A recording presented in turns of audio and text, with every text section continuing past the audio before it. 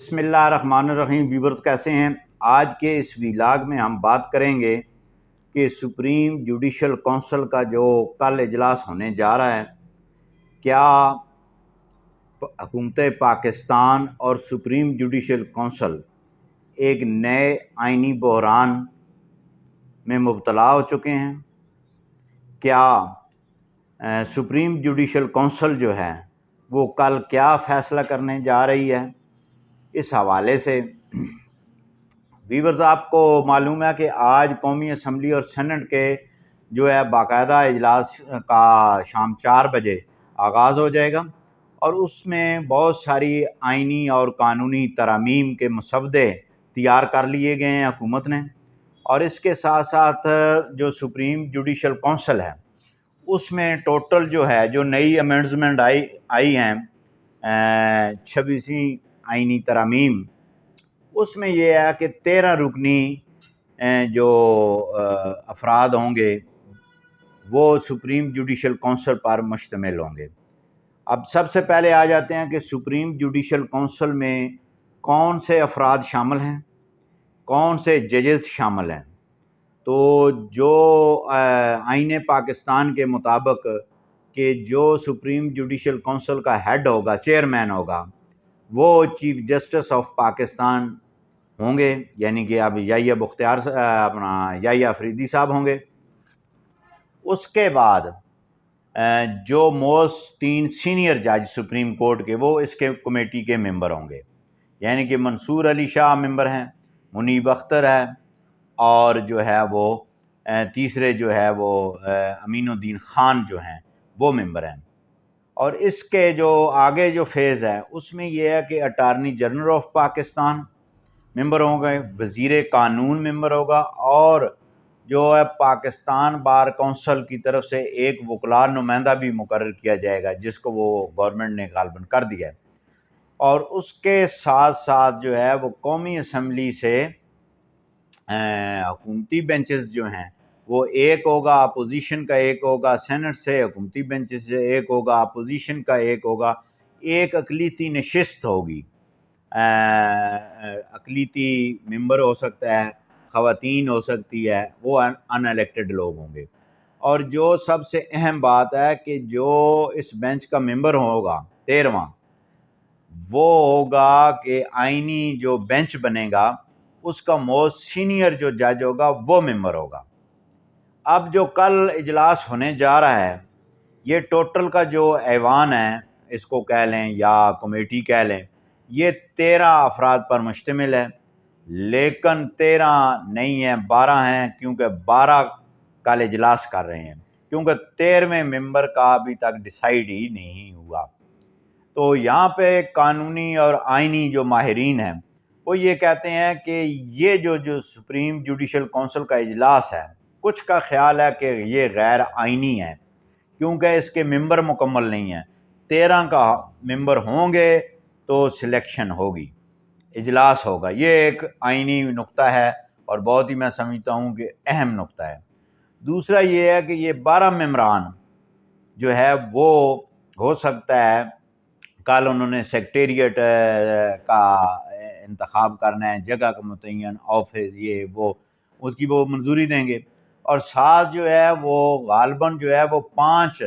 Most senior ججز جو ہیں وہ بینچ کا شمولیت کا وہ اناؤنسمنٹ بھی کریں گے۔ اور اسی طرح جو وہ موسٹ سینئر ہوں گے تو اس کے بعد جو ہے وہ جو سینئر ترین آئینی بینچ کا سربراہ ہوگا وہ کمیٹی کا ممبر بن جائے گا۔ اچھا، یہ جو ہے نا یہ طریقہ کار ہے۔ اور اس میں اب جو موسٹ سینئر ججز ہیں،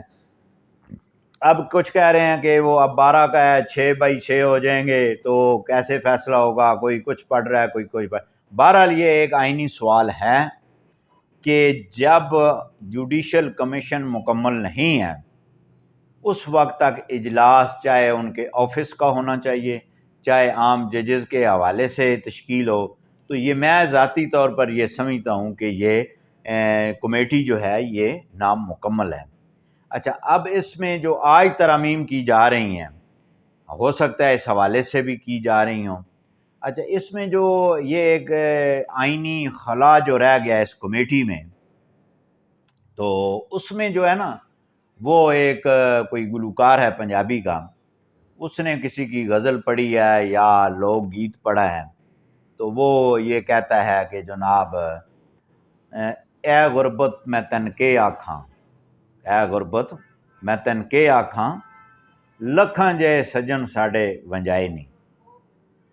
اب حکومت نے یہ حکومت سے میں سمجھتا ہوں کہ یا تو انہوں نے ایسے یہ چھوڑ دیا، آئینی سربراہ کا ایک لکونہ تھا، وہ ایک فقرہ لکھ بھی سکتے تھے کہ جناب جو ہے یہ جو ہے فلاں کوئی نہ کوئی حل نکالا نہیں گیا، تو پھر وہ یہ غالباً اب جو میں نے شعر پڑھا ہے آپ اس کی تشریحات بھی کرتے رہیں، آ غربت میں تینوں کے آکھاں ساڑے لکھاں جے سجن ونجائے نہیں۔ تو وہ یہ جو ہے نا یہ جو آئینی نے چھوڑا ہے کہ ہو سکتا ہے ایک آئینی بحران ہو تو معاملہ لٹک جائے، پھر اسمبلی میں آئے،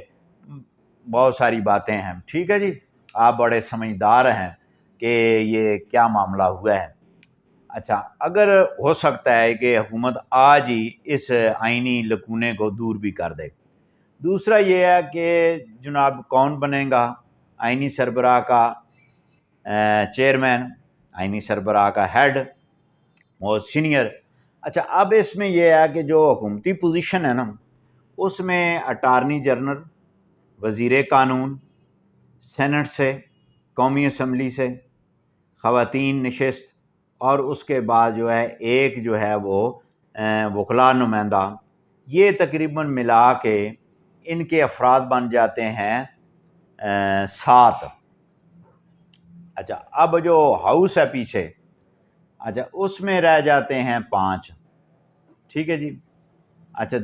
اس میں ایک امین الدین خان بھی ہیں۔ اب یہ دیکھنا ہے کہ آیا حکومتی بینچز جب اکثریت میں ہوں گے، ہو سکتا ہے پیپلز پارٹی اختلاف کر جائے، ہو سکتا ہے وہ عورت اختلاف کر جائے، ہو سکتا ہے پاکستان بار کونسل کا نمائندہ اختلاف کر جائے، لیکن میری ذاتی اسیسمنٹ یہ ہے کہ ان میں سے کوئی بھی اختلاف نہیں کرے گا، یہ حکومتی بینچز پہ ہی رہیں گے، اور یہ 7-5 سے کل فیصلہ آنے والا ہے۔ اچھا 5 کون کون سے ہیں؟ 3 جناب جو ہیں وہ جج صاحبان ہیں، منصور، منیب، امین الدین، عمر ایوب اور شبلی فراز، یہ 5 ہیں، یہ 5 یہ ہو گئے، اور اس کے بعد جو ہے